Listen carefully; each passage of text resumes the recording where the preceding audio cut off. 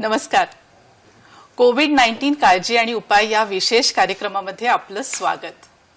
आनंदी आणि समृद्ध जीवन जगण्यासाठी स्वास्थ्य आणि निरोगीपणा अत्यंत आवश्यक आहे. सकारात्मक ऊर्जा असणं, वेळेचं व्यवस्थापन आणि स्वतःची काळजी यामुळे अनेक गोष्टी साध्य होऊ शकतात. समर्थ रामदासांनी दासबोधामध्ये सांगितलंय की निरामय आरोग्य जपण्यासाठी आणि ठेवण्यासाठी क्रोधाचा त्याग करा आणि सत्व गुणाची कास धरा. आणि हे सांगताना बहुत अन्न खाऊ नये, बहुत निद्रा करू नये असंही सूत्र दिलेलं आहे. सध्याच्या काळात मात्र काही संसर्गजन्य विषाणूमुळे आपलं आयुष्य बदललेलं आहे. कोरोनाचा प्रकोप वाढत चाललेला आहे आणि अशा वातावरणामध्ये आपला आहार विहार कसा असावा याबद्दल आयुर्वेदीय दृष्टिकोनातून चर्चा करण्यासाठी आज आपल्याकडे स्टुडिओमध्ये आहेत वैद्य शिल्पा बिराजदार. नमस्कार, स्वागत आपल्या कार्यक्रमामध्ये. वैद्य शिल्पा बिराजदार या आयुर्वेद शास्त्रात त्यांनी MS केलेलं आहे आणि स्त्री रोग ही त्यांची विशेषज्ञता आहे. सायन आयुर्वेद कॉलेज आणि हॉस्पिटल इथे त्या असिस्टंट प्रोफेसर आहेत. आज कार्यक्रमामध्ये या कार्यक्रमात खास करून आहार विहार आणि दिनचर्या यावर चर्चा करू. पण अर्थातच आपला सहभाग आजच्या कार्यक्रमामध्ये आम्हा सर्वांना अपेक्षित आहे. आमचे फोन नंबर नोट करून घ्या. आमचे दूरध्वनी क्रमांक आहे 24900232. STD क्रमांक आहे 022. मुंबई बाहेरील दर्शकांनी हा STD क्रमांक डायल करायचा आहे. आणि लक्षात ठेवा, नेहमीप्रमाणेच आपल्यापर्यंत सूचना पोहोचवू इच्छितो की आपल्या दूरसंचाचा आवाज प्रश्न विचारताना जर असा कमी ठेवा. आपला प्रश्न आमच्यापर्यंत सलग पद्धतीने पोहोचू द्या. प्रश्न विचारत असताना पूर्ण प्रश्न आमच्यापर्यंत पोहोचू द्या. शिल्पाजी, संसर्गजन्य रोगांबद्दल आपण बोलतोय. कोरोना हा एक विषाणू आहे आणि तो संसर्गजन्य विषाणू आहे आणि आयुर्वेदीय दृष्टिकोनातून आपण यावर बोलायचा प्रयत्न करतोय. तर हा संसर्गजन्य विषाणू हा एकुलता एक नाहीये. आज ह्याचं प्रकोप जास्त आहे कारण आपल्याकडे ह्याच्यावर औषध अजून मिळालेलं नाहीये. पण आयुर्वेदामध्ये संसर्गजन्य रोग याबद्दल काही आहे का, यावर सांगा. हो, ऍक्च्युअली सध्या बऱ्याच वैद्यांना हा प्रश्न विचारला जातोय की संसर्गजन्य आजार आणि आयुर्वेदांचा एक्झॅक्टली दृष्टिकोन काय आहे. त्याच्याआधी मला सांगायला नक्कीच आवडेल की आयुर्वेदाची उत्पत्तीच ही मुळात संसर्गजन्य म्हणजे जंतू संसर्गापासून जे काही व्याधी उत्पन्न होत आहेत तर त्यांच्या प्रतिबंधासाठी सांगितली गेलेली आहे. याच्यावरचा ऍक्च्युअली खूप छान रूपक वर्णन सुद्धा आपल्या ग्रंथांमध्ये आढळून येतं. म्हणजे त्याचा संदर्भ देखील आहे की चरक संहितेच्या ज्वरचिकित्सा अध्यायामध्ये याचं वर्णन आहे की त्याची एक ऍक्च्युअली रूपक वर्णन म्हणजे थोडक्यामध्ये एक स्टोरी सांगितली गेलेली आहे की दक्षाचा जो यज्ञ होता त्या यज्ञाच्या विध्वंसासाठी शंकराने स्वतःच्या शक्तीने क्रोध नावाच्या म्हणजे आपण त्याला कोरिलेट करू शकतो की एखादा सूक्ष्मजीव किंवा सूक्ष्म जीवाणू अशा पद्धतीने आपण या क्रोधाला कोरिलेट करू शकतोय. तर शंकराने आपल्या स्वतःच्या शक्तीने या क्रोधाची उत्पत्ती केली, त्या यज्ञाचा विध्वंस देखील केला आणि त्याचं कार्य झाल्यानंतर तो भगवान शंकराकडे येऊन त्याने विचारलं की याच्या पुढे मी काय करायचं आहे. तर त्याच्यावरती भगवान शंकर त्याला असं म्हणाले की तुला इथून पुढे पृथ्वी तलावरती किंवा सृष्टी तलावरती जाऊन जे काही प्राणीमात्र आहेत तर त्यांच्या म्हणजे जन्म आणि मृत्यूच्या समयी उपस्थित राहायचं आहे. आणि स्पेसिफिकली हे अत्यंत महत्त्वाचं आहे की जे कोणी अपचार करतील म्हणजे चुकीचा आहार किंवा चुकीचा विहार आहे तर जे कोणी अशा पद्धतीने त्यांची दिनचर्या असेल तर त्यांच्या शरीरामध्ये जाऊन वेगवेगळ्या व्याधींची उत्पत्ती करायची आहे. तर अशा पद्धतीने सध्याचं आपण बघतोय की कोरोनाचं जे संकट सध्या सगळीकडेच पॅन्डेमिक झालेलं आहे तर त्याच्यामध्ये कुठेतरी चुकीचा आहार विहार आणि चुकीची दिनचर्या हे एक महत्त्वाचं कारण असू शकतं. आणि या संसर्गजन्य आजारांची चिकित्सा सुद्धा आपल्या ग्रंथांमध्ये वर्णन केलेली आहे. म्हणजे एपिडेमिकची चिकित्सा आपण म्हणतोय तर त्याचं वर्णन नक्कीच आयुर्वेदाच्या ग्रंथांमध्ये आहे वर्णन केलेलं. फॉर एक्झाम्पल राजयक्ष्मा एक व्याधी सांगितलेला आहे. त्याच्यामध्ये यक्ष्मा या शब्दाचा अर्थच मुळात सूक्ष्मजीव किंवा सूक्ष्म जीवाणू असा आपण घेऊ शकतोय. त्याच्यानंतर चक्रपाणी टीकेमध्ये सुद्धा भूतविशेष, तर या भूतचा अर्थ ऍक्च्युली भूत असा जो आपण नॉर्मली बघतोय तसा न घेता सूक्ष्मजीव किंवा सूक्ष्म जीवाणू या संदर्भामध्ये वर्णन केलेलं आहे आणि त्याची ट्रीटमेंट म्हणजे चिकित्सा पद्धती सुद्धा खूप छान पद्धतीने वर्णन केली गेलेली आहे. आपल्याकडे एक फोन येतोय. सुनील एरगट्टीकर पंढरपूरहून त्यांचा प्रश्न आहे. सुनीलजी, आपला प्रश्न विचारा. मी धन्यवाद देतो कोरोनाच्या बाबतीमध्ये काळजी घेण्याच्या दृष्टिकोनातून. माझा प्रश्न असा आयुर्वेद दृष्टिकोनातून आपला समतोल आहार कसा दाखवा जाईल?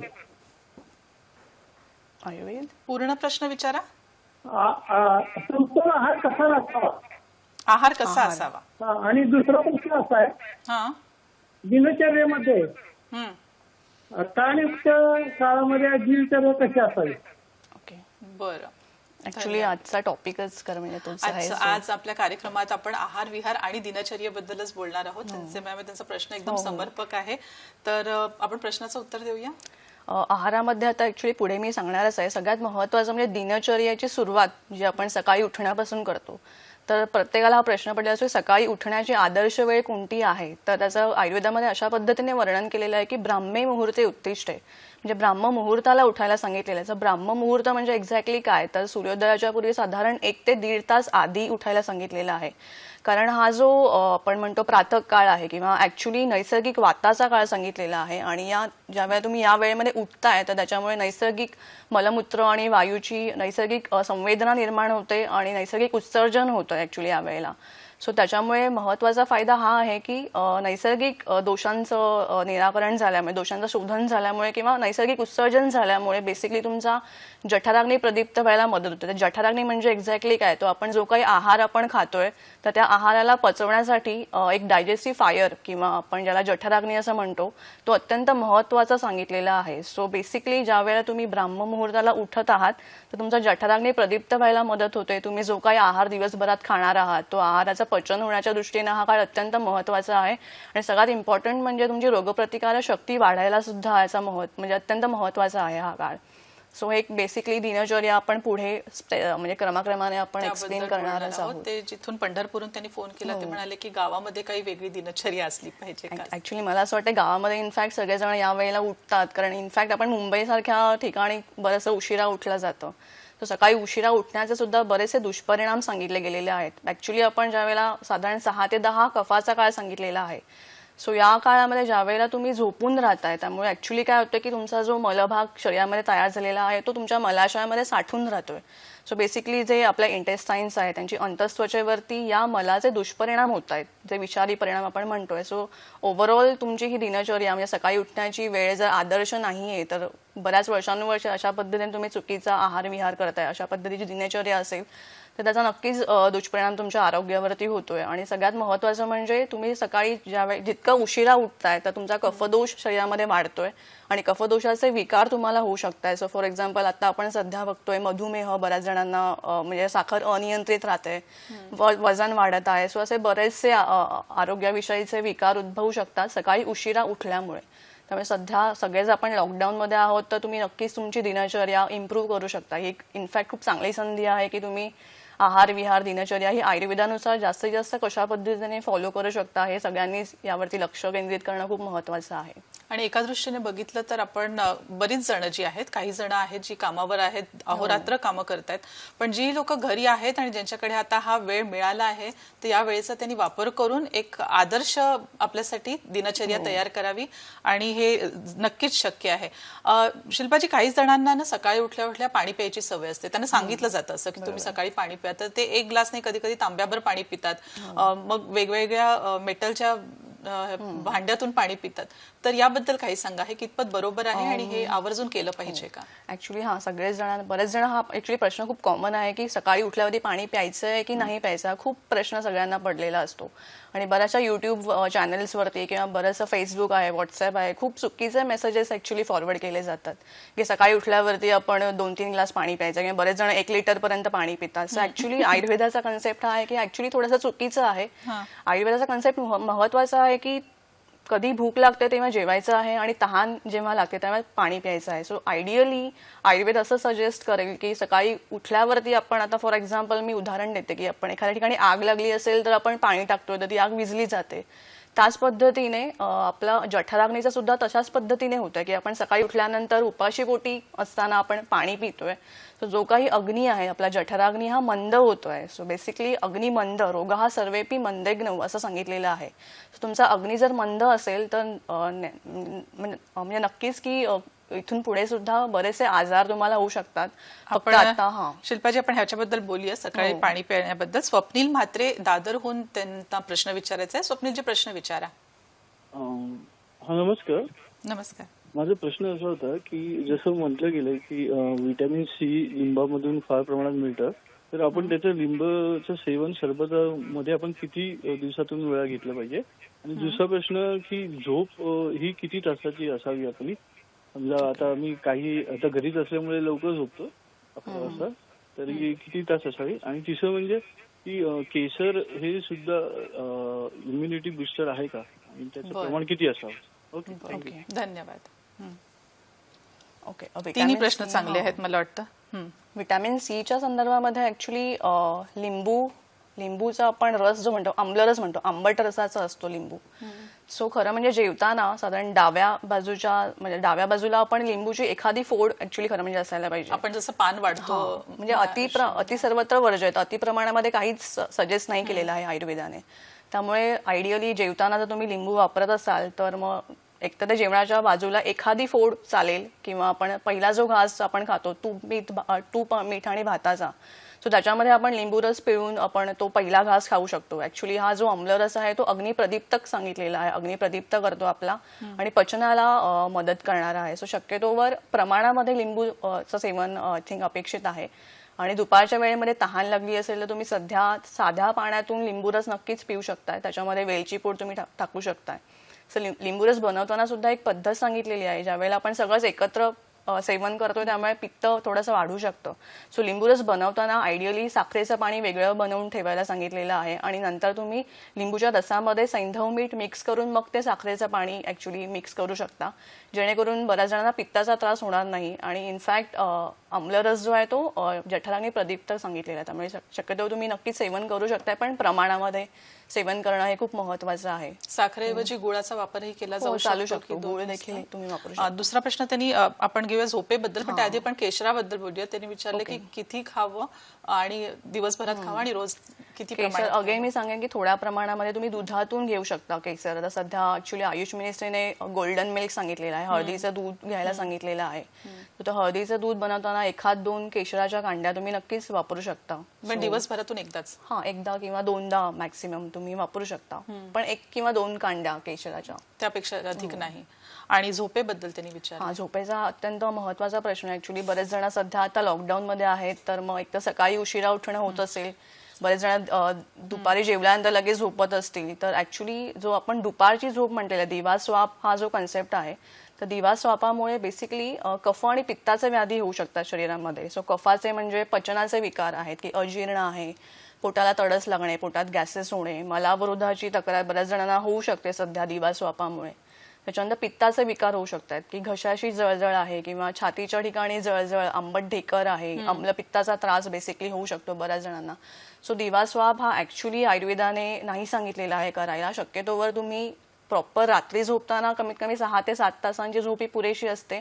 आणि सकाळी जसं मी मगाशी पण म्हटलं होतं की ब्राह्ममुहूर्ताला उठणं पण तितकंच महत्वाचं आहे आरोग्याच्या दृष्टीने. तो जेवढा तुम्ही दिवा स्वाप जास्त करणार तर नक्कीच तुमचं डायबिटीज सुद्धा अनियंत्रित होऊ शकते. म्हणजे आपण पुढे प्रश्न विचारूया आणि याबद्दल अधिक बोलूया. प्रिया शंभळकर यवतमाळहून त्यांनी फोन केलाय. प्रश्न विचारा. हॅलो मॅडम, दररोज सकाळी गरम पाण्याने आंघोळ करायची की थंड पाण्याने करायची? ओके, बरं, एवढाच प्रश्न आहे. आणि गरम पाणी किती वेळा प्यायचं दिवसातून किती वेळ प्यायचं? बरं, धन्यवाद. ऍक्च्युली सध्या आपण ऋतूचा विचार जर केला तर हा वसंत ऋतू आता संपत येईल आणि आता ग्रीष्म ऋतू सुरू होईल. तर आयडियली सध्या आपण कोरोनाची पण साथ सगळीकडे आली आणि कोरोनाचा तसा दोषांचा विचार करताना हा मेनली कफ दोष प्रधान व्याधी सांगितलेला आहे. सो सध्या शक्यतोवर अंघोळ करताना कोमट पाणी तुम्ही नक्कीच वापरू शकता, पण थंड पाणी सध्या शक्यतोवर नका वापरू. आणि दुसरा अति गरम पाणी नको. आणि डोक्यावरून अंघोळ करताना बेसिकली केसांवर तुम्ही अंघोळ करताय तर साधारण कोमट पाणी वापरा, पण खूप अति गरम पाणी शक्यतोवर टाळणं जास्त श्रेयस्कर ठरेल. मला वाटतं पाण्यातला थंडावा जाईल एवढं साधारण पाणी. आणि दुसरं त्यांनी विचारलंय की किती वेळा गरम पाणी प्यावं दिवसातून. आता सध्या आयुष मिनिस्टर गाईडलाईन्स मध्ये सुद्धा त्यांनी कोमट पाणी पिण्याचा आदेश दिलेला आहे. म्हणजे बेसिकली कोमट पाणी कधी प्यायचंय आणि कसं प्यायचंय हा बरेचसे प्रश्न सध्या सामान्य जनतेला आपल्याला दिसून येतात की असे प्रश्न आहेत. तर शक्यतोवर तहान लागेल त्यावेळेला कोमट पाणी प्यायचं आहे, पण पिताना खूप लगेच 1-2 ग्लास पाणी प्यायचं नाहीये सध्या. म्हणजे साधारण घोट असं तुम्ही पिऊ शकता की तहानेचं शमन होईल इतपत तुम्ही पाणी ऍक्च्युली प्यायला पाहिजे.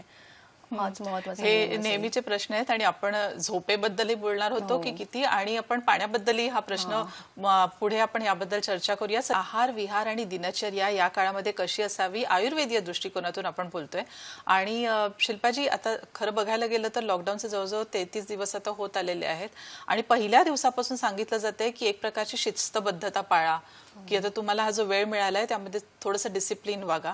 तर गेले काही दिवस म्हणजे काही आठवडे आता लोक सतत घरात आहेत, परिवाराबरोबर आहेत काही जण, आणि यामध्ये अर्थातच थोडासा फरक असा व्हायला लागलेला आहे की रोज रोज त्या डिसिप्लिन मध्ये ती खरं एक तर डिसिप्लिन नाही, शिस्तबद्धता पाळली गेली नाहीये बऱ्याचदा, पण त्याचाही आता कंटाळा येतोय की काय असं वाटायला लागलं. तर आदर्श दिनचर्या कशी असावी याबद्दल काही सांगा. तर सगळ्यात मगाशी मी म्हणाले असं की ब्राह्ममुहूर्ताला उठल्यानंतर नंतरचा जो दिनक्रमामध्ये महत्वाचा भाग आहे तो म्हणजे दंतधावन सांगितले, म्हणजे दात घासण्यासाठी कोणते रस वापरले पाहिजेत. तर आपण सध्या मार्केटमध्ये बघतोय की बरेचसे टूथपेस्ट जे आहे ते मधुर रसाचे सांगितले, म्हणजे स्वीट टेस्ट आहे त्याची, मधुर रस. पण आयडियली हा मधुर रस आपल्या स्वास्थ्याच्या दृष्टीने अहितकारक सांगितलेला आहे. आयुर्वेदानुसार दंतधावनासाठी किंवा दात घासण्यासाठी मुख्यत्वे करून कडू, तिक्त म्हणजे तिखट रस आणि तुरट रस असे 3 रसांचा प्रयोग करायला सांगितलेला आहे. त्यामुळे सध्या मार्केटमध्ये एकतर आयुर्वेदिक औषधांमध्ये असे चूर्ण दंतमंजन अवेलेबल आहेत चांगल्या क्वालिटीचे, किंवा तुम्ही घरातल्या घरात सुद्धा हे दंतमंजन नक्कीच करू शकताय. त्याच्यासाठी नॉर्मली कोणते कोणते चूर्ण आपण वापरू शकतो. त्रिफळा चूर्ण आहे, त्रिकटू चूर्ण आहे, किंवा त्रिजातक चूर्ण आहे, करंज आहे, खदीर आहे, बाभूळ आहे. सर या वनस्पतींची चूर्ण एकत्र करून तुम्ही नक्कीच त्याचा दात घासण्यासाठी उपयोग करू शकताय. आणि मार्केटमध्ये अवेलेबल सुद्धा आहेत ऍक्च्युली दंतमंजन, हर्बल्स जे आपण म्हणतो ना तसे आहेत अवेलेबल. आणि याचा महत्वाचा फायदा म्हणजे आहे की मुखरोग, कंठरोग आणि मुख दुर्गंधी दूर होण्यासाठी विशेष करून हे श्रेयस्कर सांगितलेलं आहे. आणि सध्या आपण बघतोय की कोरोनाची साथ बेसिकली श्वसन संस्थेचा आजार सांगितलेली आहे. त्याच्यामुळे मुख्यतः कंठरोग होऊ नयेत म्हणून सुद्धा याचा उपयोग होऊ शकतो. आणि सगळ्यात महत्वाचं म्हणजे मधुमेह झालेल्या व्यक्तींसाठी सुद्धा त्यांनी शक्यतो दंतधावनासाठी अशा पद्धतीचे रस वापरणं खूप महत्वाचं आहे, कारण हे कफदोषाचं शमन करतात शरीरामधल्या. कडू, तिखट आणि तुरट रस. पण हे कशा पद्धतीने घ्यायचे, म्हणजे आपण जसं ब्रश करताना टूथपेस्ट घेतोय किंवा आपण नॉर्मली आधीच्या काळामध्ये ऍक्च्युली अशा वनस्पतींच्या कांड्या वापरायचे, तर त्यांना ब्रश सारखा आपण अशा पद्धतीने सुद्धा उपयोग करू शकतोय. किंवा मग पावडर जी आहे ती आपण नुसतं बोटांनी सुद्धा घासू शकतो, जसं आधीच्या काळात आपल्या आजी आजोबा नक्कीच करायचे अशा पद्धतीने. सो नक्कीच आपण अशा पद्धतीने दंतधावनाचा उपयोग आपल्या आरोग्यासाठी आणि रोगप्रतिकारशक्ती वाढण्यासाठी करू शकतो. त्यामुळे आपण म्हणालात तसं सकाळी उठल्यावर ब्रह्ममुहूर्ताला उठावं आणि त्याच्यानंतर दंतधवन करावं, दात व्यवस्थित, आणि जसं आपण सांगितलं या हर्बल पावडरने. आता अजून एक गोष्ट इथे येते आणि ती म्हणजे दिवसाची सुरुवात बऱ्याचदा काही जणांच्या बाबतीत व्यायामाने होते. आता या काळामध्ये, लॉकडाऊनच्या काळामध्ये आपण बाहेर जाऊ शकत नाही आणि हा एक प्रश्न अनेकांना भेडसावतोय की बाहेर जाऊ शकत नाही आणि वजन वाढतंय, व्यायाम करता येत नाहीये, तर त्यावर उपाय काय? ऍक्च्युली हा खूपच प्रॅक्टिकल प्रश्न आहे की सध्या आपण नाही जात बाहेर, म्हणजे जिमला जाणं किंवा मॉर्निंग वॉक्स हे सगळ्यांनाच नाही जमत आहेत. पण हे सगळं म्हणजे असताना सुद्धा आपण घरातल्या घरात बसून काही प्राणायाम आहेत, योगासने आहेत किंवा ध्यानधारणा आहेत, याचा नक्कीच अवलंब करू शकतो. सगळ्यात महत्वाचं म्हणजे प्राणायाम. आता प्राणायाम म्हणजे नक्की काय आहे, तर प्राणवायूचं आपण नियमन करतोय. आपण एका विशिष्ट पद्धतीने इनहेल आणि एक्झेल म्हणजे श्वास आत घेतोय, थोडा वेळ थांबवतोय आणि श्वास बाहेर सोडतोय. सो याच्यामुळे फायदा असा होणार आहे की जास्तीत जास्त प्राणवायू आपल्या फुफ्फुसांना आणि आपल्या शरीराला मिळतोय. सो त्याचा उपयोग नक्कीच रोगप्रतिकारशक्ती वाढण्यासाठी होणार आहे. आणि सगळ्यात महत्वाचं म्हणजे प्राणायामवर आपण पुन्हा एकदा पुढे चालू ठेवूया आपलं चर्चा. अरविंद घोगरे, जालन्याहून तुम्ही फोन केलाय, प्रश्न विचारा. हॅलो, नमस्कार, जालन्याहून अरविंद घोगरे बोलतोय. बोला. प्रश्न कोरोनाच्या संबंधित आहे, पण विनंतीवजा प्रश्न आहे. जसं की कोरोनामध्ये एक पीक लेवल येते, एक शेवटची स्टेज की त्यामध्ये श्वास घेता येत नाही, म्हणजे त्याला व्हेंटिलेटरवर लावावं लागतं आणि त्यामुळे नंतर मृत्यू होतात. तर आयुर्वेदामध्ये हृदयरोगांतर्गतच एक प्रकरण येत आहे, फुफ्फुस दाह, ज्याचे की पूर्ण लक्षण यासारखेच आहेत. मग आपल्या आयुर्वेदाची ट्रीटमेंट जी आहे ती त्याला का आपली दिली जात नाही, निदान महाराष्ट्र राज्यात तरी, जेणेकरून मृत्यूदर कमी होईल.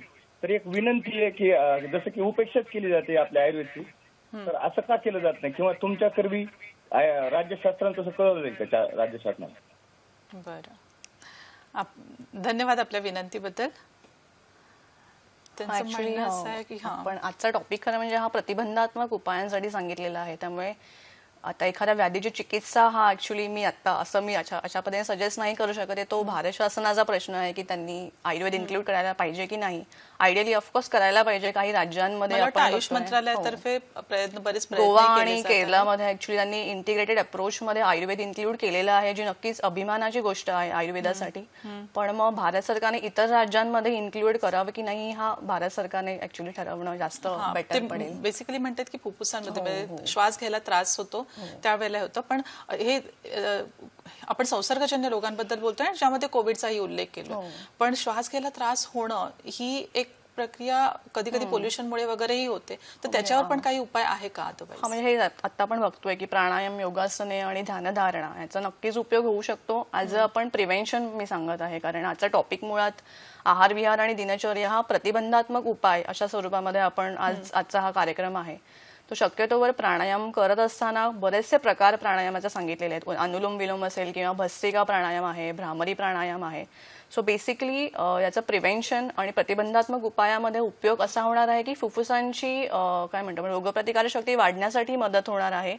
आणि ऍक्च्युली प्राणायामाचा जो परिणाम आहे तो आपल्या श्वसन संस्थेवरती आणि अंतस्रावी ग्रंथींवरती सुद्धा होतो. त्यामुळे सध्या आता सगळेच लॉकडाऊनमध्ये आहेत. म्हणजे दररोज एवढ्या न्यूज चॅनल्सवरती न्यूज बघितले जात आहेत. कुठेतरी स्ट्रेस लेवल वाढलेली आहे, मानसिक ताणतणाव आहे. तर अशा वेळेला नक्कीच प्राणायामाचा उपयोग, मेडिटेशनचा उपयोग हा स्ट्रेस हार्मोन्स कमी करण्यासाठी नक्कीच होऊ शकतो. त्यामुळे सध्या शक्यतोवर लॉकडाऊनच्या पिरियडमध्ये बाहेर जाता येत नाहीये म्हणून घरामध्ये नुसतं बसून राहण्यापेक्षा आपण अशा पद्धतीने काही योगासने आहेत किंवा ध्यानधारणा, प्राणायाम याचा नक्कीच अवलंब आपल्या दिनचर्येमध्ये करू शकतो, ज्याचा उपयोग याचं प्रिव्हेन्शन होणार आहे नक्कीच. आणि हे प्राणायाम दिवसातून किती वेळा केलं पाहिजे आणि कोणी केलं पाहिजे? प्राणायाम सगळ्यात महत्वाचं म्हणजे तुम्ही सकाळच्या वेळेमध्ये साधारण 30 मिनिटं करू शकता किंवा संध्याकाळच्या वेळेमध्ये 30 मिनिटं करू शकताय. पण आयडियली करत असताना कमीत कमी 3 तास काहीच न खाणं हा एक महत्वाचा नियम सगळ्यांनी पाळणं महत्वाचं आहे. शक्यतोवर काही खाल्लेलं नसायला पाहिजे. कमीत कमी 3 तासांचा गॅप असणं महत्वाचं आहे. बरं, घरामध्ये मुलंही आहेत ज्यांना आता घरामध्ये त्यांचंही लॉकडाऊन झालेलं आहे, ते घरात बसलेले आहेत. आणि तर त्यांना मुलांना यामध्ये कसं आपण मेडिटेशन किंवा या वाटेवर आपण त्यांना कसं आणू शकतो? काय सांगा? लहान मुलांना सुद्धा ऍक्च्युली साधारण बऱ्यापैकी मोठी असतील तर आपण त्यांना नक्की शिकवू शकतो. अशा पद्धतीने योगासनांमधले महत्वाची काही आसनं आहेत की ज्याच्याने रोगप्रतिकार शक्ती वाढायला मदत होते. उदाहरणार्थ मत्स्यासन असेल, शलभासन आहे, भुजंगासन आहे. आणि सगळ्यात महत्वाचं म्हणजे एक सर्वांग सुंदर व्यायाम जो सांगितलेला आहे तो म्हणजे सूर्यनमस्कार. सो लहान मुलांना आपण नक्कीच सूर्यनमस्कार शिकवू शकतो या वेळेमध्ये. बरेचसे युट्यूबवरती सुद्धा व्हिडिओज खूप चांगले आहे, सूर्यनमस्कार कसा करायचा आहे आणि कशा पद्धतीने आहे. सो नक्कीच आपण लहान मुलांना या ऍक्टिव्हिटीमध्ये इन्क्लूड करणं खूप महत्वाचं आहे. म्हणजे त्यांचा कुठेतरी माइंड सुद्धा डायव्हर्ट व्हायला मदत होईल आणि त्यांच्या आरोग्याच्या दृष्टीने सुद्धा आणि फोकस पण तयार होईल असं केल्यामुळे. अच्छा, सूर्यनमस्काराबद्दल बोलला तर अनेकांच्या मनात हा प्रश्न असतो की नक्की किती सूर्यनमस्कार घालावे आणि कुठल्या वयामध्ये सूर्यनमस्कार घालावे? किती म्हणजे ऍक्च्युली तुम्हाला अजिबातच सवय नाहीये, एवढ्या दिवसामध्ये तुम्ही व्यायाम काहीच केलेला नाहीये, तर शक्यतो तज्ज्ञांच्या सल्ल्याने आधी तो शिकून घेणं खूप महत्वाचं आहे आणि मगच तो करावा. पण तुम्हाला माहित आहे तुम्ही सुरुवातीपासून करत आहात सूर्यनमस्कार तर तुम्ही त्याची ग्रॅज्युअल फ्रिक्वेन्सी वाढवू शकता. म्हणजे सुरुवात सपोज तुम्ही आता नाही केलंय पण मध्ये बराचसा गॅप गेला असेल आणि आता सुरुवात करत आहात कारण लॉकडाऊनमध्ये आहात, तर टू बिगिन विथ तुम्ही सुरुवातीचा सूर्यनमस्कार आज सपोज आज 1 केला आहे तर उद्या ग्रॅज्युअली तुम्ही 2 केला किंवा 3 केला, असं दर आठवड्याने तुम्ही इन्क्रीज करू शकताय. सो मॅक्सिमम 10 ते 15 सूर्यनमस्कार, काही जण याच्यापेक्षा जास्त सुद्धा करू शकतात. म्हणजे ऍक्च्युली शारीरिक क्षमतेनुसार आहे की तुम्ही कितपत करू शकताय. आणि कुठल्या वयाच्या लोकांनी? साधारण लहान मुलांपासून वृद्ध व्यक्तींना एवढं नाही कदाचित जमणार, पण साधारण तरुण वर्ग नक्कीच सूर्यनमस्कार करू शकतात आणि लहान मुलांना पण आपण शिकवू शकतोय. बरं, अजून एक प्रश्न इथे येतो तो म्हणजे प्राणायाम आणि व्यायाम जे योग मध्ये सांगितलेलं आहे, प्राणायाम आधी करावेत की नंतर करावेत व्यायामाच्या की तो व्यायामाचा एक भाग असला पाहिजे? हा म्हणजे ऍक्च्युली डिपेंड्स तुम्हाला कसा तुमचा शेड्यूल असेल. व्यायामानंतर सुद्धा तुम्ही करू शकताय किंवा आधी सुद्धा करू शकताय. काही जणांना म्हणजे अंघोळीनंतर पण करू शकता. म्हणजे असं स्पेसिफिक असं काही सांगितलं नाही, पण उपाशी पोटी असणं खूप महत्वाचं आहे की तुम्ही कमीत कमी 3 तास तरी काही खाल्लेलं नसणं महत्वाचं आहे प्राणायाम करण्यासाठी. पण आयडियली तुम्हाला जर सुटेबल असेल, सकाळच्या वेळी जर सुटेबल असेल तुम्ही सकाळी सुद्धा करू शकताय किंवा संध्याकाळी सुद्धा करू शकताय. सो इट डिपेंड्स की तुम्हाला कितपत ते कम्फर्टेबल आहे वेळ. ते कम्फर्टेबल आहे आणि सर्वात महत्वाचं म्हणजे आपण किती वेळ स्वतःसाठी काढू शकतो हेही यावरून सिद्ध होतं की 24 तासातले जर 15 ते 20 मिनिटं आपण स्वतःसाठी काढू शकत नसलो तर याचा अर्थ आपल्या शिस्तबद्धतेमध्ये काहीतरी प्रॉब्लेम आहे. आपण दिनचर्येबद्दल बोलतोय आणि अभ्यंगाचे फायदे काय असतात कारण याबद्दलही खूप बोललं जातं. ऍक्च्युली अभ्यंग म्हणजे एक्झॅक्टली काय आहे तर अभ्यंग म्हणजे आपण जे काही तेल म्हणजे फॉर एक्झाम्पल तिळतेल आपल्या घरात सगळ्यांकडेच अवेलेबल असतं. सो तिळतेल त्वचेला मसाज करून लावणं म्हणजे अभ्यंग. सो अभ्यंग ऍक्च्युली लावताना आपण त्वचेवरती लावतोय. सो त्वचा हे मुख्यतः वातदोषाचं मुख्य स्थान सांगितलेलं आहे म्हणजे स्पर्शनेंद्रिय हे वाताचं मुख्य स्थान सांगितलेलं आहे. सो अभ्यंगामुळे वातदोषाचा शमन व्हायला मदत होते. त्याच्याच व्यतिरिक्त त्वचेची रोगप्रतिकारक शक्ती वाढण्यासाठी त्याचा फायदा होतोय. त्वचेचं वर्ण आहे किंवा आपण असं म्हणतो ना अँटी एजिंग प्रॉपर्टीज आहेत अभ्यंगामध्ये. आणि सध्या वृद्ध व्यक्ती सुद्धा घरी असतील तर त्यांनी नक्कीच अभ्यंगाचा अवलंब करावा कारण वातदोष शमन झाल्यामुळे त्यांना त्यांची रोगप्रतिकारक शक्ती वाढण्यासाठी त्याचा मदत होणार आहे. आणि सगळ्यात महत्त्वाचं म्हणजे बऱ्याच जणांना मलावरोधाची तक्रार असेल सध्या किंवा झोप लागत नाहीये अशी तक्रार हल्ली बऱ्याच जणांना जाणवत आहे. सो अशासाठी सुद्धा आपण अभ्यंग नक्कीच करू शकतोय. सो याबद्दल बोलूया. संजय वाडगुरे यवतमाळहून आपण प्रश्न विचारताय. प्रश्न विचारा. हॅलो. बोला. हा मॅडम, मी यवतमाळहून संजय वाडगुरे बोलतोय.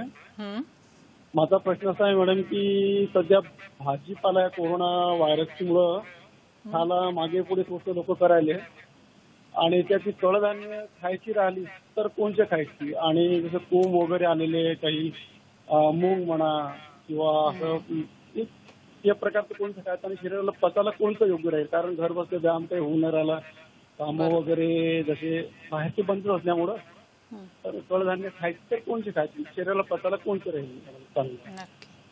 खूप चांगला प्रश्न आहे त्यांनी विचारले. घरात राहिल्यामुळे ऍक्च्युली सगळ्यांनाच ऍक्च्युली हा महत्वाचा प्रश्न आहे की घरात ऍक्च्युली आहोत पण बऱ्याच वेळा भाज्या आणि फळांचा तुटवडा सध्या सगळ्यांनाच जाणवतोय. तर घरातल्या घरात आपण काय करू शकतोय. सध्या कडधान्य तर इझिली अवेलेबल आहे सगळ्यांकडेच आहेत पण कडधान्य खाताना सुद्धा आपण आयडियली कोणती काळजी घ्यायला हवी हे पण महत्वाचं आहे. कडधान्यांमध्ये मुख्यतः आपण मूग जे आहे ते सगळ्यांनाच पचायला हलकं आहे. त्याच्यानंतर वृक्ष सांगितलेलं आहे आणि त्रिदोषांचं शमन करणारं सांगितलेलं आहे. तो कडधान्यांमध्ये आपण सध्या शक्यतो मुगाचा उपयोग नक्कीच करू शकतो. मुगाचा खूप वेगवेगळ्या पद्धतीने आपण उपयोग करू शकतो. मुगाची उसळ आहे किंवा मुगाची खिचडी आहे. इव्हन मुगाची खिचडी सुद्धा खूप वेगवेगळ्या पद्धतीने आपण बनवू शकतो. वेगवेगळ्या फोडणी द्रव्यांचा उपयोग करून किंवा भाज्या घालून अशा पद्धतीने मुगाची खिचडी आपण करू शकतोय. त्याला मोड आले पाहिजेत. मोड असं पण अशा पद्धतीने करू शकतो. पण शक्यतोवर कडधान्य खातानाही ही दिवसा खाणं खूप महत्वाचं आहे. आणि स्पेसिफिकली वृद्ध व्यक्ती आहेत घरामध्ये ज्येष्ठ नागरिक जर असेल त्यांना बऱ्याच वेळेला मलावरोधाचा त्रास किंवा पोटात गॅसेस होणं असे सगळे कंप्लेंट्स असू शकतात. त्यांनी शक्यतोवर कडधान्यांचं प्रमाण थोडंसं कमी करावं आणि जर खायचंच असेल तर शक्यतोवर ही कडधान्य भाजून रात्रभर ती पाण्यात नीट भिजवत ठेवावी आणि नेक्स्ट डेला दुसऱ्या दिवशी तुम्ही उसळ करणार असाल किंवा जे काही डिश बनवणार असाल तर त्याच्यामध्ये ते बनवताना वेगवेगळे स्पायसेस मसाल्यांचे पदार्थ जे आहेत उदाहरणार्थ हळद आहे किंवा सुंठ आहे काळी मिरी अशा मसाल्यांच्या पदार्थांचा उपयोग करून जर तुम्ही त्याच्यापासून काही बनवत असाल तर ते नक्कीच पचायला हलकं असं असतं आणि पचनाचे विकार मग गॅसेस किंवा अशा पद्धतीचे जे विकार आहेत ते ऍक्च्युली नाही होणार. म्हणजे कडधान्य वापरायची असेल तर मग कशा पद्धतीने तुम्ही बनवताय ते सुद्धा तितकंच महत्वाचं आहे. मग मूग एक झाला. अजून काही त्यांना सांगू शकतो. डाळींमध्ये ऍक्च्युली तूर डाळ आहे किंवा मसूर डाळ आहे अशा पद्धतीने तुम्ही ते वापरू शकताय. पण शक्यतोवर तूर डाळ ज्यांना वापरायची असेल पण ज्यांना अम्लपित्ताचा त्रास असेल त्यांनी शक्यतोवर तूर डाळ कमीत कमी सेवन करावी. पण अदरवाईज मग तुम्ही अजून आहे कुळीथ आहे कुळथाचं कढण आहे किंवा मुगाचा कढण आहे म्हणजे पचायला हलका असा आहार जो गरम आहे स्निग्ध आहे आणि याच्यामध्ये स्नेहद्रव्य आहे म्हणजे गाईचं तूप असेल तर ते तुम्ही घालून अशा पद्धतीचं खिचडी पण बनवू शकता. असे वेगवेगळे डिश आहे जे तुम्ही नक्कीच त्याचा उपयोग करू शकता. पण कडधान्याबद्दल बोललो पालेभाज्यांबद्दलही बोलू शकतो इथे की त्याही पचायला. ऍक्च्युली पालेभाज्यानुसार म्हणजे ऍक्च्युली आयुर्वेदानुसार जर म्हणायचं झालं तर पालेभाज्या या बेसिकली वातदोष वाढवतात. त्या मलवर्धक आहेत पण थोडासा वातदोष वाढू शकतो. त्यामुळे बेसिकली ज्या वृद्ध व्यक्ती असतील ज्यांना ऍक्च्युली गॅसेस आणि असा त्रास असेल त्यांनी थोडं कमी प्रमाणामध्ये पालेभाज्यांचं सेवन करावं आणि जर करायचं असेल तुम्ही दिवसा पालेभाज्या नक्कीच खाऊ शकताय. सो बेसिकली तुम्ही कशा पद्धतीने बनवताय ते पण तितकंच महत्वाचं आहे. म्हणजे म्हणून आयुष मिनिस्ट्री गाईडलाईन्समध्ये सुद्धा मसाल्याच्या पदार्थांचा उपयोग सांगितलेला आहे की जेवण बनवताना त्यांचा उपयोग करणं कितपत योग्य आहे. तर बेसिकली ते खूप महत्वाचं आहे कारण मसाल्याच्या पदार्थांमुळे तुमचा जठराग्नी वाढतोय. सो जठराग्नी वाढल्यामुळे तुम्ही जे काही खाता आहात ते ऍक्च्युली पचायला खूप सोपं होतं. मग या ह्याच्यामध्ये आपण दिनचर्येबद्दल बोलतोय तर एक संतुलित आहाराचा आपण विचार केला तर तो संतुलित आहार म्हणजे नक्की काय? त्याच्यामध्ये पालेभाज्या असाव्यात, फळभाज्या असाव्यात, कडधान्य असावीत, हे आपण याबद्दल कसं सांगू शकू? ऍक्च्युली संतुलित आहार म्हणजे मी असं सांगेन की ज्याच्यामध्ये सगळे रस आहेत, मधुर रस, आम्ल रस, लवण, कटू, तिक्त आणि कषाय रस. आयडियली जेवणाच्या ताटामध्ये सगळ्याच गोष्टी असणं खूप महत्वाचं आहे. उदाहरणार्थ गव्हाचा फुलका असेल किंवा भाकरी असेल, डाळीमध्ये जसं मगाशी म्हटलं मी, तूर डाळ असेल किंवा मूग डाळ असेल, त्याचं वरण किंवा आमटी आहे, भात असेल किंवा पालेभाजी असेल एखादी किंवा एखादं कडधान्य असेल, तर तेवढंच ते पण तितकंच महत्वाचं आहे. आणि सगळ्यात महत्वाचं म्हणजे आपण म्हणतो की लोणचं आहे किंवा लिंबू आहे, पण हे कमी प्रमाणामध्ये आपण सेवन नक्कीच करू शकतोय. सो आयडियली समतोल आणि चौरस आहार आपण म्हणताना या सगळ्या गोष्टींचा अंतर्भाव त्याच्यामध्ये होतो, जो आपल्या आरोग्याच्या दृष्टीने अत्यंत महत्वाचा सांगितलेला आहे. आता या कोविड-19च्या काळामध्ये हा संसर्गजन्य विषाणू असल्यामुळे लोकांना थोडीशी भीती वाटते भाज्या घेतानाही किंवा कडधान्य विकत घेतानाही. तर या काळामध्ये आपण जसं इंग्रजीतल्या ह्याच्यामध्ये सॅलड्स असतात किंवा आपल्याकडे कोशिंबिरी असतात, हे खाणं चालेल काय या काळात? हो, ऍक्च्युली सध्याचं एकंदरीत वातावरण बघत असताना आयडियली कच्चे सॅलड्स जे आहेत ते शक्यतोवर टाळावेत किंवा कोशिंबिरी सध्याच्या काळामध्ये तरी शक्यतोवर टाळणंच बेटर ठरेल. कारण कच्चे सॅलड्स जे आहेत तर कदाचित ते स्वच्छ धुतले असतील की नाही, म्हणजे डिपेंड्स आपण घरी आल्यावरती कशा पद्धतीने ते स्वच्छ धुतोय की नाही.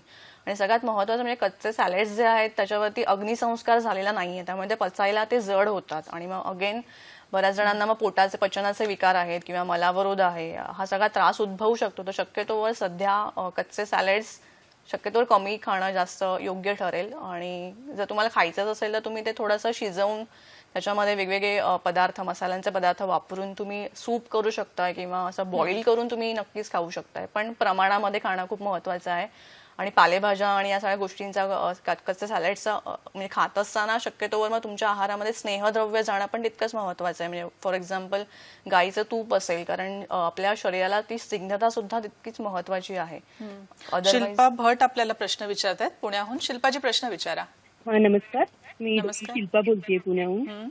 आम्ही सध्या कोमट पाण्यात तुरटी टाकून त्याच्यावर गार्गल करतोय, तर त्याचा काही आधार आहे का आयुर्वेदामध्ये? आम्हाला तरी चांगले रिझल्ट दिसत आहेत कोमट पाण्यामध्ये तुरटी टाकून त्याच्याने गार्गल करण्याचे. रोज करताय तुम्ही? रोज संध्याकाळी गुळण्या करायचे त्याच्याने. बरं, तर आयुर्वेदामध्ये याला काही आधार आहे का किंवा काही बरं, बद्दल सांगू शकाल का? धन्यवाद. हो, ऍक्च्युली सध्या आपण बघतो की आयुष गाईडलाईन्स मध्ये सुद्धा त्यांनी कोमट पाण्याच्या गुळण्या सांगितलेल्या आहेत, म्हणजे कवल आणि गंडूश. तर कवलचा ऍक्च्युली अर्थ काय असतो की आपल्या घरात जे काही स्नेहद्रव्य आहे, फॉर एक्झाम्पल तिळतेल असेल तर कोमट तिळतेल तोंडामध्ये थोडा वेळ ठेवून 2 ते 3 मिनिटांमध्ये थुंकायचं आहे आणि त्याच्यानंतर वरून कोमट पाण्याच्या गुळण्या करायला सांगितलेल्या आहे. सो तुरटी तर बेसिकली जंतुग्न द्रव्यांपैकी एक द्रव्य आहे तुरटी. सो नक्कीच आपण अशा पद्धतीने कोमट पाण्याच्या गुळण्या नक्कीच करू शकतो. ऍक्च्युली याचा फायदा असा होणार आहे की ऍक्च्युली कोरोनाचा जो व्याधी आहे तो श्वसनसंस्थेचा आजार सांगितलेला आहे, त्यामुळे आपण कंठ आणि इकडचे जे घसा आहे, इकडचे व्याधींच्या प्रतिबंधासाठी त्याचा उपयोग नक्कीच होणार आहे. आणि बेसिकली सायनसेसमध्ये कफ साठलेला असतो, कफ दोष निघून जाण्यासाठी त्याचं अत्यंत महत्व आहे. सो नक्कीच तुम्ही अशा पद्धतीने या गुळण्या करू शकताय. ठीक आहे. आहार विहार आणि दिनचर्या आयुर्वेदिक दृष्टिकोनातून आपण याचा विचार करतोय.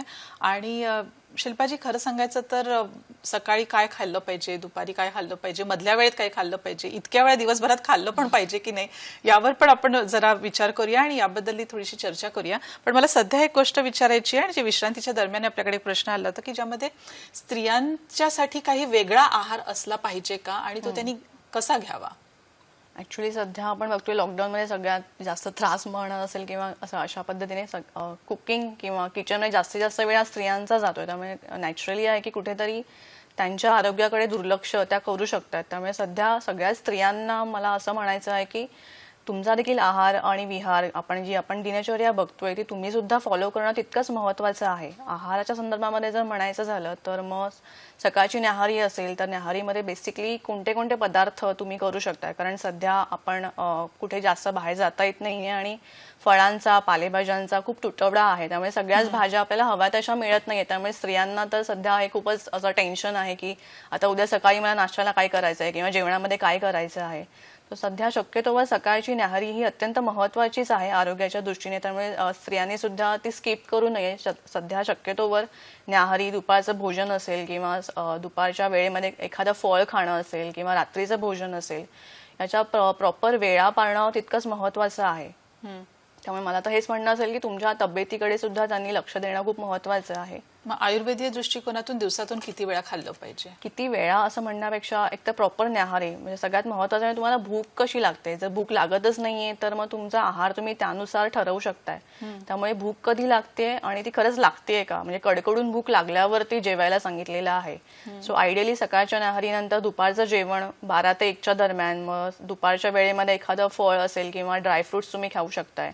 आणि रात्रीचं जेवण जे आहे ते शक्यतो 8-9च्या दरम्यान होणं खूप महत्त्वाचं आहे. कारण झोपताना आणि तुम्ही रात्रीच्या जेवणाची जी वेळ असेल आणि तुम्ही झोपताय कधी, याच्यामध्ये कमीत कमी 3 तासांचं तरी अंतर असायला हवं. कारण तुम्ही रात्री जेवल्या लगेच झोपल्यावरती जे काही तुम्ही खाल्लेलं आहे दिवसभरात त्याचं पचन योग्य तऱ्हेने होणार नाहीये. त्यामुळे शक्यतोवर वेगवेगळ्या वेळानं चेंज करता प्रॉपर एक तुमचा शेड्यूल प्लॅन करणं आणि त्याच्यानुसार तुमचा दिनचर्या जे काही आहे आहार विहार ते प्लॅन करणं हे खूप महत्त्वाचं आहे. बरं, फळं कधी खावीत आयुर्वेदिक दृष्टिकोनातून? सकाळी, संध्याकाळी की कोणत्याही वेळी? ऍक्च्युली फळं जी आहेत ती पचायला जड असतात. त्यामुळे शक्यतोवर न्याहारीच्या वेळेला बऱ्याच जणांना नुसतं फ्रुट्स खाण्याची सवय असते किंवा मग काही एखाद्या खाल्ल्यानंतर नाश्ता फळं खाल्ली जातात. पण सध्या ऍक्च्युली काय आहे की जो सकाळचा जो वेळ आहे न्याहारीचा साधारण 6 ते 10 कफाचा काळ सांगितलेला आहे. त्यामुळे आयडियली या वेळेमध्ये फळं न खाता तुम्ही दुपारच्या वेळेमध्ये साधारण 3 ते 5च्या वेळेमध्ये फळं खाऊ शकता. पण ज्यांना सर्दी, खोकला, दमा असा किंवा कफाचे विकार आहेत, मधुमेह आहे, अशाने तर शक्यतोवर दुपारी जेवणानंतर लगेच फळं न खाता साधारण त्याच्यामध्ये थोडासा गॅप जायला हवा. साधारण 3 ते 5च्या वेळेमध्ये तुम्ही फळं खाऊ शकता आणि खाताना मग त्याच्यामध्ये तुम्ही किंचित सैंधव आणि मिरीपूड टाकून खाऊ शकता, म्हणजे ते पचायला हलके होतात. आणि रात्री अजिबात फळं नाही खायची आहेत कारण ती पचायला जड असतात मुळातच. तर शक्यतोवर दुपारच्या वेळेत तुम्ही फळं नक्कीच खाऊ शकता. आणि आता हा जो मोसम आहे हा एक वेगळ्या फळांचा मोसम आहे, तर तुम्ही काय सांगाल की कुठली फळं खाल्ली पाहिजे आवर्जून? म्हणजे जे लोकल आहे ते तुम्ही नक्कीच खाऊ शकता. जी लोकल फ्रुट्स आपल्याला अवेलेबल आहेत आणि स्पेसिफिकली काही कफदोष कमी करणारी फळं सांगितलेली आहेत किंवा अशा पद्धतीने जे पचायला हलकी आहेत. खूप अति प्रमाणामध्ये मधुर रस वर्ज्य सांगितलेला आहे. त्यामुळे डाळिंब तुम्ही खाऊ शकताय, सफरचंद खाऊ शकता आहात किंवा पपई आहे, पपई, अननस ही फळं नक्कीच. आंबा सुद्धा ऑफकोर्स चालेल ह्या काळामध्ये. पण प्रमाणामध्ये. अति सर्वत्र वर्ज्य आहे सांगितले, अति आपल्याला काहीच खायचं नाही. सो प्रमाणामध्ये सगळ्या गोष्टी तुम्ही नक्कीच खाऊ शकताय. त्यामुळे पुन्हा एकदा शिस्तबद्धता आणि प्रमाणबद्धता याबद्दल आपण बोललं पाहिजे. आपल्या जेवणामध्ये, भारतीय जेवणामध्ये खास करून पदार्थांना फोडणी घातली जाते. आयुर्वेदिक दृष्टिकोनातून हे कितपत बरोबर आहे आणि काय ह्याच्या मागे? ऍक्च्युली आपल्या भारतीय जेवणामध्ये फोडणीचं विशेष महत्त्व सांगितलेलं आहे. आणि मला हे सांगायला पण आवडेल की आयुष गाईडलाईन्समध्ये सुद्धा त्यांनी सांगितलेलं आहे की मसाल्याच्या पदार्थांचा उपयोग हा जेवणात त्यांनी करायचा म्हणजे उपदेश केलेला आहेच.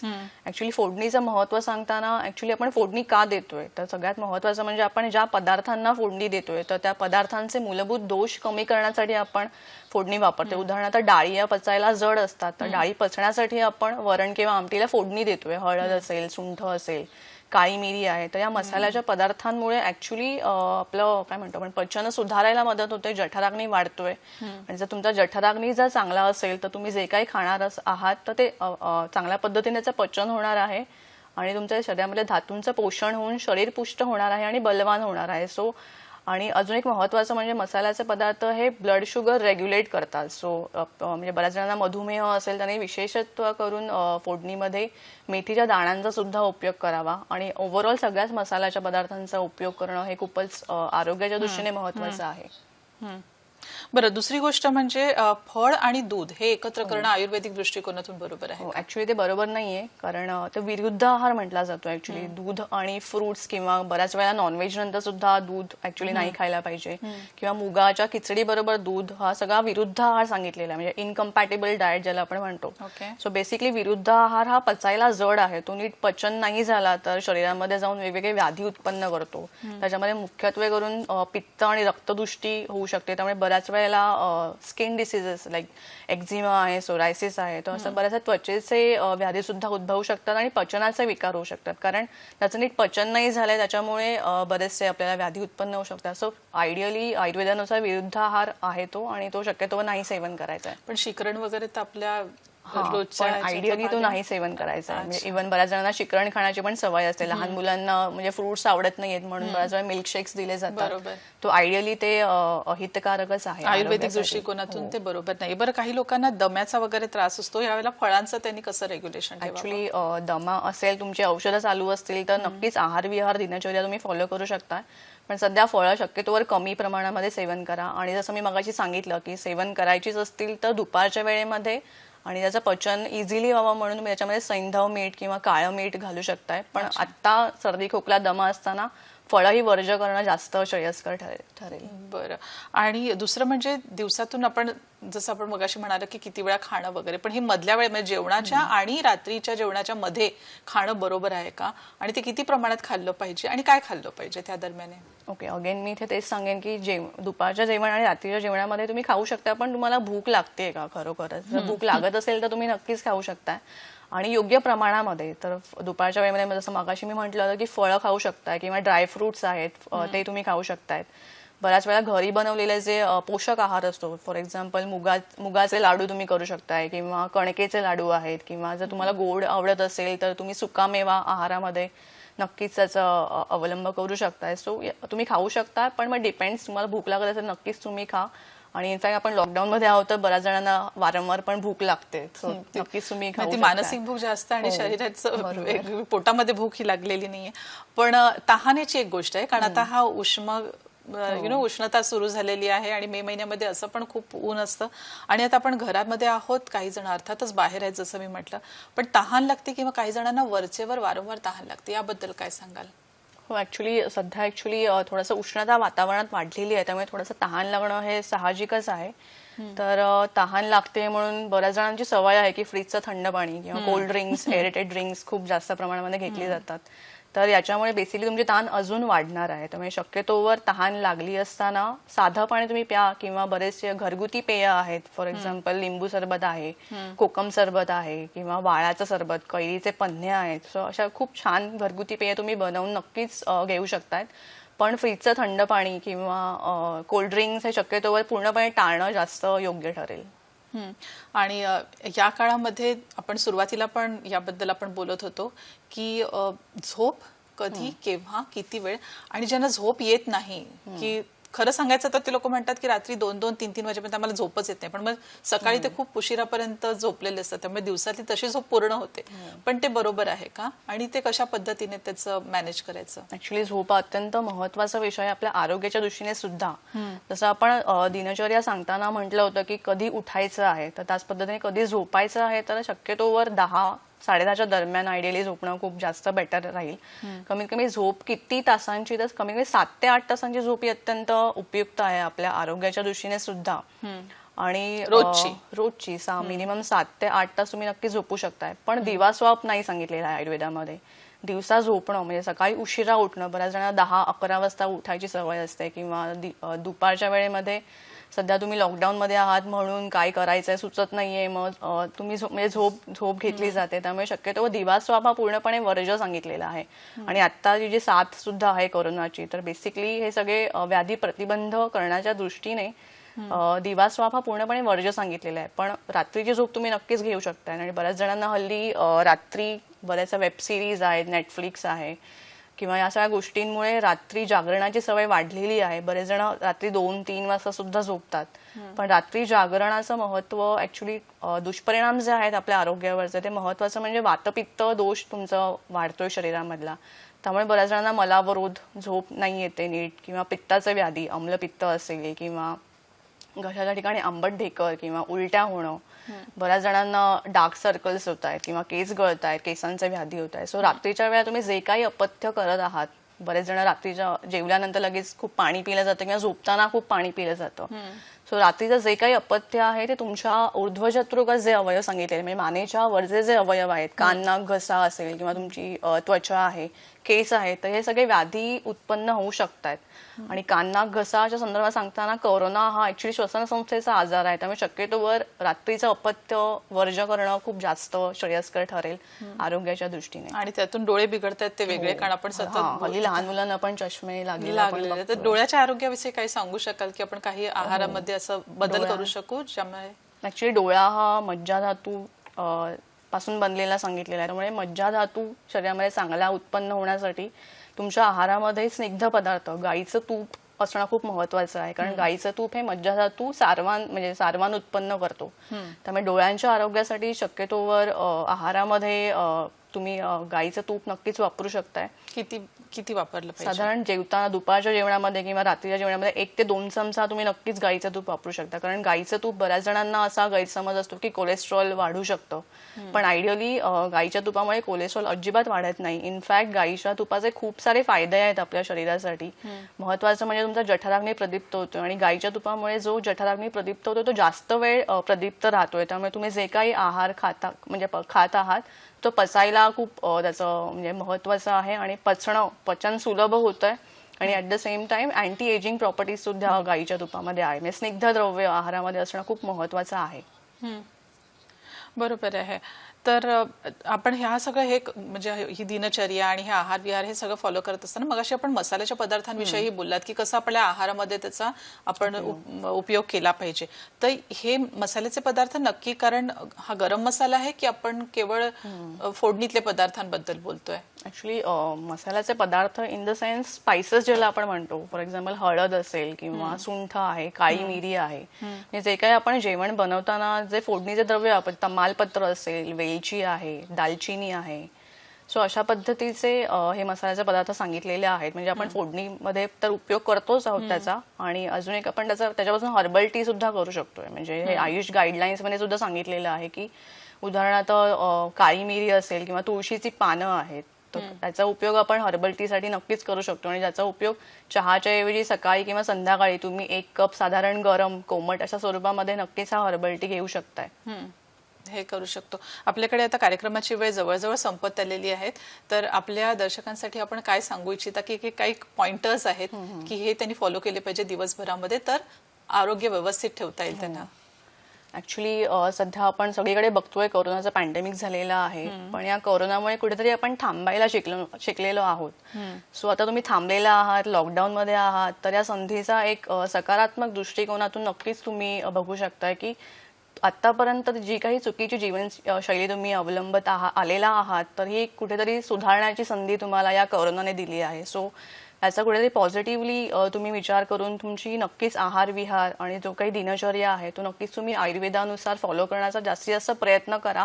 आणि ज्याच्यामुळे वेगवेगळे व्याधींचा आता सध्या कोरोना आहे, पण इथून पुढे सुद्धा अजून नवीन एखादे साथीचा रोग येऊ शकतो.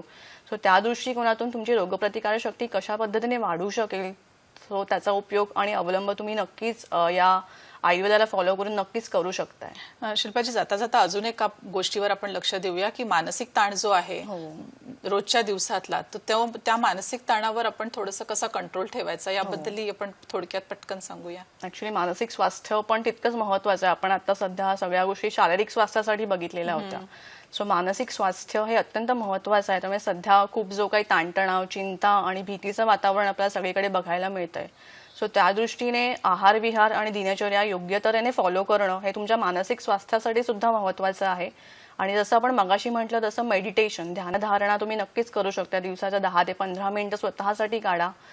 या मेडिटेशनचा उपयोग नक्कीच कुठेतरी तुमच्या पॅरासिम्पॅथॅटिक सिस्टमवरती तो ऍक्ट करतोय, त्यामुळे मन शांत व्हायला, मन एकाग्र होण्यासाठी त्याचा उपयोग होऊ शकतोय. पण तरी सुद्धा काही तुम्हाला कंप्लेंट्स असतील, काही मानसिक व्याधींची लक्षणं असतील, तर नक्कीच मानसोपचार तज्ज्ञांचा सल्ला घेणं सुद्धा तितकंच महत्वाचं आहे. खरं सांगायचं तर समजून घेण्यासाठी, शिकण्यासाठी आणि त्याचा अवलंब करण्यासाठी अनेक गोष्टी आहेत. दूरदर्शनच्या सह्याद्री वाहिनीतर्फे या कार्यक्रमाच्या अंतर्गत आम्ही आपल्यापर्यंत सतत कोरोनाविषयी काही खास उपाय उपचार पोहोचण्याचा प्रयत्न करत असतो आणि तो आम्ही नक्की करत राहू. आजच्या कार्यक्रमामध्ये शिल्पाजी आपण आलात आणि आयुर्वेदीय दृष्टिकोनातून आहार विहार आणि दिनचर्या याबद्दल माहिती दिली. याबद्दल सह्याद्री वाहिनी आणि आमच्या सर्व टीमतर्फे आपले खूप खूप धन्यवाद. धन्यवाद.